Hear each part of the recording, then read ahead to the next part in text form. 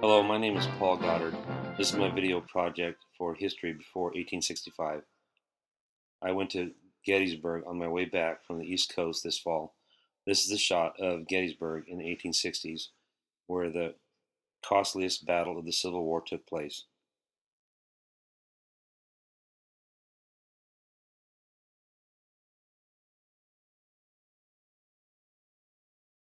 The North and the South split. We were about to go to war. Gettysburg, which is located in south central Pennsylvania. The two armies touched by chance at Gettysburg on June 30th. The main battle opened on July 1st with Confederates attacking Union troops on McPherson Ridge, west of town. Though outnumbered, the Federal forces held their position until afternoon, when they were finally overpowered and driven back to Cemetery Hill, south of town. During the night, the main body of the Union Army, now commanded by Major General George G. Meade, arrived and took up positions. Elements of the two armies collided west of Gettysburg during the early morning hours on July 1st. The fighting escalates throughout the day as more Union and Confederate troops reach the field. By 4 p.m., the defending Federal troops are defeated and retreat through Gettysburg, where many are captured. The remnants of the Union forces rally on Cemetery and Culp's Hills.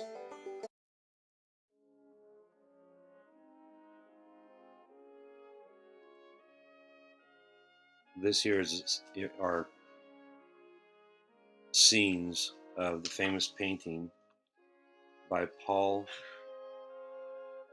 Filippo of the Gettysburg Battle from the perspective on one of the hills. It's a 360-degree painting, famous cyclorama, and it's at the Gettysburg Museum.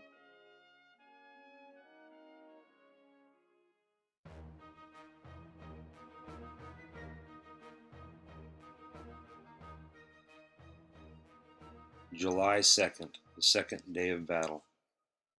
The lines were drawn up in two sweeping arcs. The main portions of both armies were nearly 1 mile apart on parallel ridges. Union forces on Cemetery Ridge, Confederate forces on Seminary Ridge to the west. Lee ordered an attack against both Union flanks.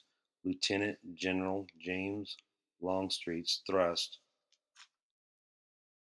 on the Federal left turned the base of Little Round Top into a shambles, left the wheat field strewn with dead and wounded, and overran the peach orchard. Farther north, Lieutenant General Richard S. Ewell's evening attack on Federal right at East Cemetery Hill and Culp's Hill, though momentarily successful, could not be exploited to Confederate advantage.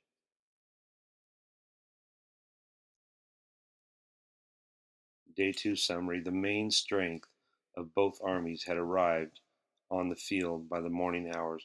General Lee launches attacks against the Union left and right in an attempt to dislodge Meade's army from its strong position.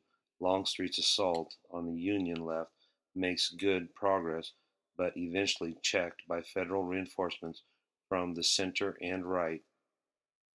On the Union right, Ewell's Confederate troops are able to seize parts of Culp's Hill. Elsewhere, they are repulsed. On day 3, July 3rd, Lee's artillery opened 2-hour bombardment of Federal lines on Cemetery Ridge and Cemetery Hill. This, for a time, engaged the massed guns of both sides in a thundering duel for supremacy, but did little to soften up the Union defense position. Then some 12,000 Confederates advanced across open fields toward the Federal center in an attack known as Pickett's Charge. The attack failed and cost Lee over 5,000 soldiers in 1 hour. Summary of Day 3, July 3rd. While Ewells renews his efforts to seize Culp's Hill, Lee turns his main attention to the Union center. Following a 2-hour artillery bombardment, he sends some 12,000 Confederate infantry to try to break the Federal lines on Cemetery Ridge. Despite a courageous effort, the attack, subsequently called Pickett's Charge, is repulsed with heavy losses. East of Gettysburg, Lee's cavalry is also checked in a large cavalry battle. Crippled by extremely heavy casualties, Lee can no longer continue the battle. On July 4th, he begins to withdraw for Virginia. The Battle of Gettysburg was over.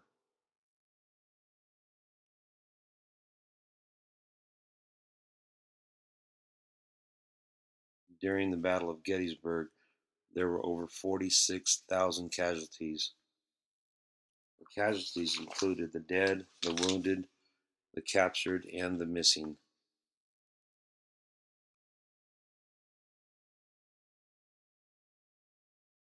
It was again the costliest battle of the Civil War.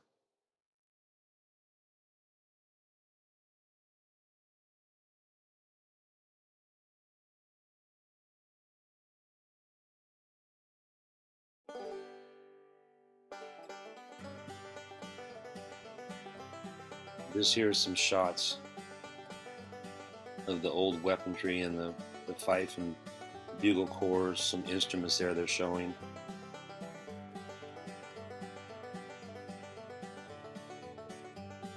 And it shows some weapons, some old muskets.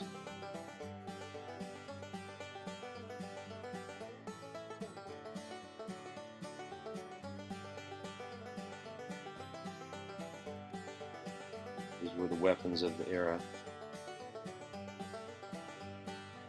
It shows some cannon artillery they used back then during the Civil War. Some of them had shotgun type balls in them, and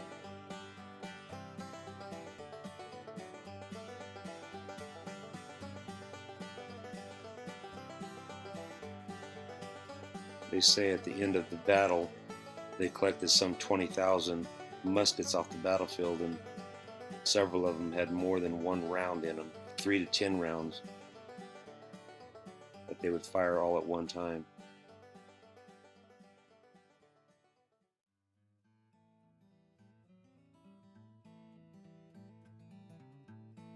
This last section of the video here is just about how the infantrymen used their muskets and how difficult it must have been during battle. It shows the steps in loading and firing their musket.